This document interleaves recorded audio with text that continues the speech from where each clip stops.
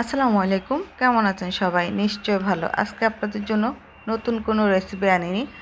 আজকে নিয়ে আসছি একটা নতুন ব্লগ, সেটা হচ্ছে লাইভ পিৎজা। আমাদের খিলগাঁও এরিয়াতে লাইভ পিৎজা তৈরি হয়। আপনার সামনে তৈরি করবে, আপনার সাথে পোড়াবে এবং আপনার সামনেই আপনাকে প্যাক করে দিয়ে দিবে। আসলে এতটা মজা, মানে এটা যদি না খাবে সে আসলে বুঝবে না। ওদের হিউজ পরিমাণ মিট থাকে, ক্যাপসিকাম থাকে, চিজ থাকে, তারপরে সস থাকে সব রকমেরই, কিন্তু আসলে যথেষ্ট মজা।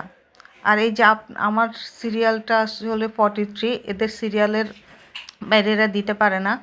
তো এখানে অনেক সিরিয়াল আছে। তো আমারটা যখন হচ্ছে তখন আমি রাত 11টা বাজে। তো আমি অনেকক্ষণ অপেক্ষা করছি। তো আমরা আসলে এখানে খাওয়ার আর সময় নেই, বাসায় নিয়ে যাব। তো এই যে এই ছোট বাচ্চাটা সুন্দর মতো এটাকে কেটে প্যাক করে দিবে। ও করতে করতে এতটা এক্সপার্ট যে ও মানে একসাথে দুইটাও করে ফেলতে পারে এরকম।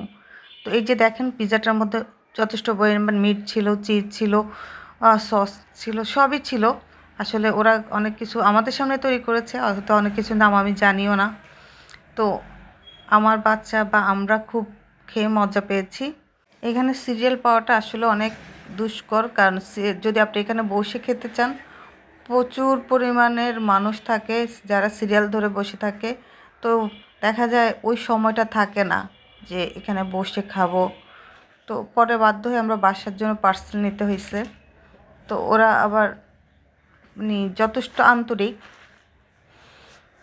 তবে রোড সাইড কিচেন হিসাবে ভালো, যথেষ্ট পরিমাণ ভালো, প্রাইসও একদম রিজনেবলের মধ্যে, ওদের প্যাকেজিংও সুন্দর। তো আমার যথেষ্ট ভালোই লেগেছে, তাই আপনাদেরকে এটা দেখালাম যে আপনারা যদি খিলগাঁও এরিয়াতে আসেন এই পিৎজাটা খেতে পারেন। এটা পেটুকের পিৎজা। পেটুকের পিৎজাটা আসলে না খেলে আসলে বোঝা যাবে না। আজ পর্যন্ত এখানেই আমার প্যাক হয়ে গিয়েছে, এখন আমি এটা নিয়ে যাই বাসায় খাবো। ভালো থাকবেন সবাই, আল্লাহ হাফেজ, আসসালামু আলাইকুম।